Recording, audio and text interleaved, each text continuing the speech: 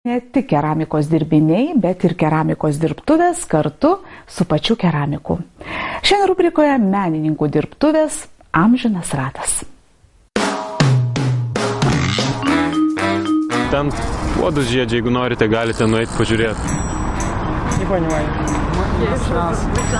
O jūs gal suprantate, ten puodus žiedžia, nenorit nueiti pažiūrėti? Kur puodų žiedžia? Nelabai laiko turime į darbą, 10 minučių bėgėje turbūt persirengti. Ten puodus žiedžia, mes kvietėm pažiūrėti, kaip puodus žiedžia. Jeigu turite laiko, tai labai kviečiam užeiti, labai įdomu. Galim užeiti. Tai prašom, ten meistras. Ir mokėti nereiks. Nereiks mokėti, nereiks. Ačiū. Ten prašom, ten yra, kur atsisėst, užeikit, tikrai agituojam. Jeigu turit laiko, tai... Turim. Tai prašau, prašom. Štai jis, Amžinas ratas. Žiedimo ratas. Vienokiais ar kitokiais metodais sukamas jau nuo tų laikų, kai tarp dviejų upių, Tigro ir Eufrato, gyvavo regionas, kurį dabar vadiname Mesopotamija. Taigi ratas sukasi 5000 metų. Dalelę tos keramikos dirbtuvių, kur kiekvienas keramikas dirba, mes atvežėme čia ir tiesiog gali ateiti gimnazistai, gali ateiti kas nori. Lietuvos dailininkų sąjungos galerijoje Vilniuje Įžiesto meno paroda veiks dar 2 savaitės, o antradieniais ir ketvirtadieniais žiūrovų lauks dirbtuvės ir žiedimo meistrai, menininkai. Galima savomis akimis pamatyti ir savomis ausimis išgirsti, kaip reikia žiesti puodą, vazą ar paukštį. Kadangi minkštas molis, nupjaunam, padedam va čia. Matot, yra kažkoks susikuprojęs paukštis. Puodo žiedimas, nors ir atrodo paprastai hipnotizuojantis, bet nėra toks paprastas. Sako, reikia stiprių rankų, kantrybės ir nepaprasto jautrumo. Kartais pradedantys žiedėjai net sulaiko kvapą, kad rankos mažiau drebėtų. Nemanau, kad lankytojai galės iškart sėsti ir žiesti. Tai yra ilgas procesas. Tai neverta net...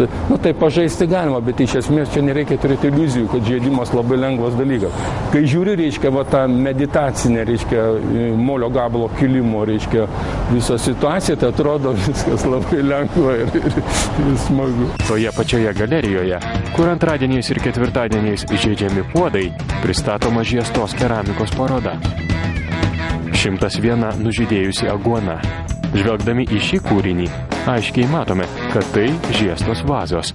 Tuo tarpu klaustrofobija ar virusas paroda siekia atskleisti žiedimo technikos galimybės. Pagrindinė forma nužiedus, paskui galima ją labai ypatingai padžiovinus, ten pjaustyti, keisti, daryti arba primontuoti detalės, nes žiedimas yra labai patogi technika, kad iš karto gaunasi vienodos storio sienelės ir, kaip žaliava, kaip medžiaga, iš kurios galima po to kažką lipdyti, daryti. Jeigu norite pabėgti į paprastumą, eidami iš greta esančio šiuolaikinio meno centro, užsukite į keramikos parodą.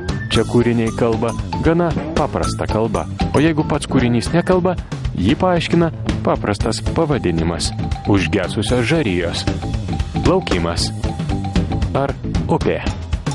Žiedimas yra pradžia, reiškia, nuo ko ta keramika prasidėjo. O tas ratas dabar sukasi, atnešdamas naujų kažkokių dalykų, bet mes norime parodyti šitos parodos rengėjai, kad tai yra įdomu, tai verta atgaivinti. Mes šiandien galim klausti, ar reikalingas rankų darbas apskritai, ar ne? Amžino rato paroda vyks iki lapkričio 15-osios. Puodų žiedimo sesijos antradieniais ir ketvirtadieniais. Suprantate, ratas sukasi. Ir taip jau 5000 metų. O dabar nedidelė atokvėpio minutė, nes reklama, bet po jos pabūkite kartu, nes dar matysite.